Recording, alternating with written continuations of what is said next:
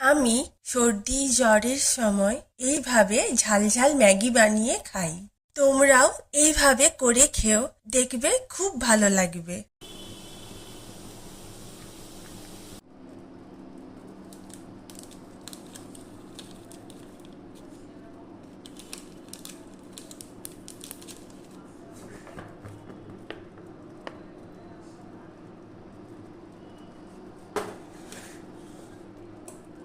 আজকের ম্যাগির রেসিপিটা মাত্র 5 মিনিটে ঝটপট বানিয়ে ফেলতে পারবে তোমরা।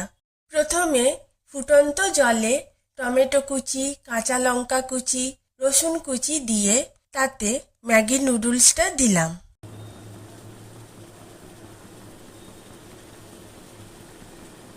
নুডলসটা সামান্য সেদ্ধ হলে তাতে ম্যাগি মশলা আর চিলি টমেটো সস দিয়ে মিক্সড করে নিলেই রেডি।